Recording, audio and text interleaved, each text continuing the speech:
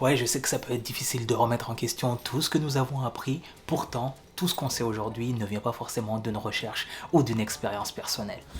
Je me suis toujours demandé pourquoi j'ai toujours fait confiance au jugement et aux conclusions des autres au lieu de vivre ma propre expérience. Et c'est à ce moment-là que j'ai dû reprogrammer mon cerveau.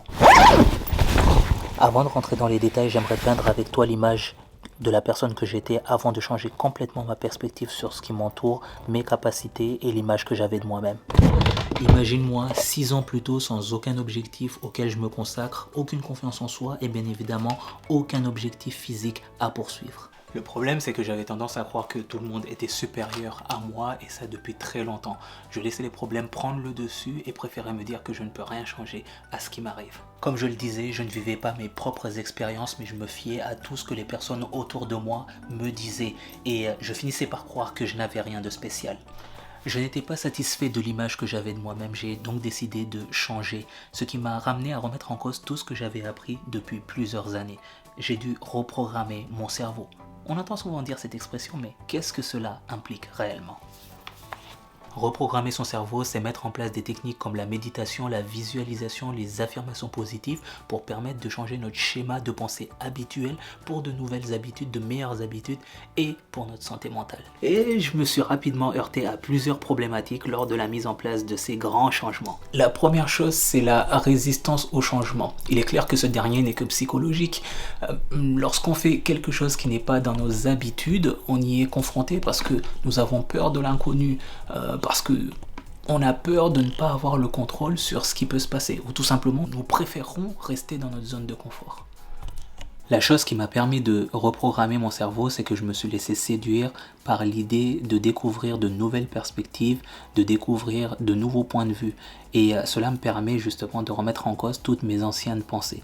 Ce qui est aussi bien à travers les différentes techniques, c'est que cela me permet d'avoir plus confiance en moi. Parce que lorsque j'avais des doutes sur l'achèvement d'une tâche dont je ne me sentais vraiment pas capable, et bien lorsque je la réalise, et bien j'ai plus confiance en moi. La confiance est beaucoup plus grandissante lorsque tu te prouves à travers les différents actes que tu es capable de le faire et de le réaliser. Je ne connaissais pas les conséquences de ces grands changements, mais ce que je sais aujourd'hui, c'est que je suis capable de réaliser des choses dont je ne me sentais pas capable il y a quelques années.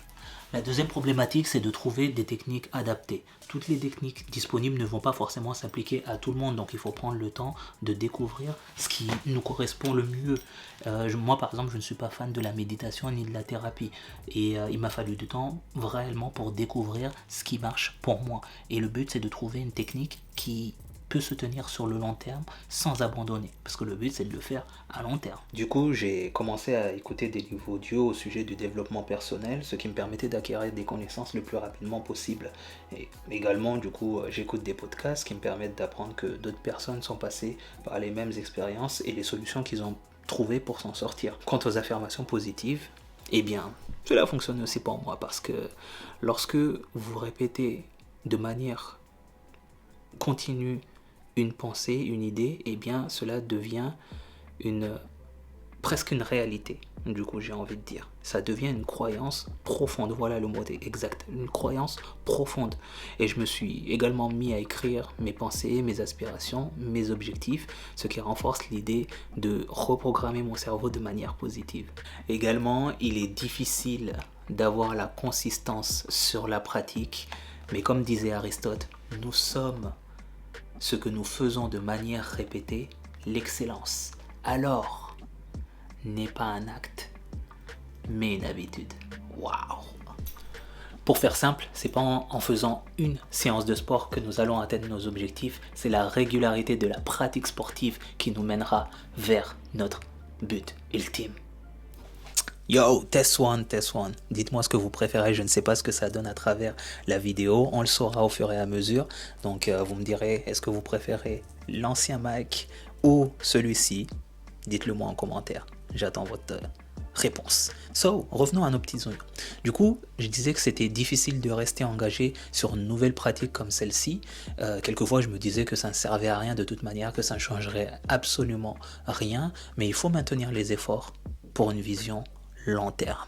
J'étais conscient que si je voulais que les choses changent, il fallait que je sois discipliné. Je ne passais donc pas une journée sans écouter un livre audio pour acquérir de nouvelles connaissances. Je ne passais pas une journée sans me prouver à moi-même que j'étais capable de commencer et de terminer une tâche. Dès mon réveil, j'écoute des livres audio, des affirmations positives, et il faut savoir que notre cerveau est très très fort pour assimiler toutes ces idées, même si on n'a pas l'impression au début. Et c'est la raison pour laquelle justement je fais très attention à ce que j'écoute, à ce que je regarde, qui est-ce que j'écoute. C'est exactement pareil le soir. Je sais que lorsque je dors, mon subconscient continue toujours à intégrer ce que mes oreilles entendent. C'est la raison pour laquelle je m'impressionnais sur le fait de connaître des choses dont je ne savais pas où est-ce que je les avais apprises. Ensuite, j'ai été confronté au doute et au scepticisme.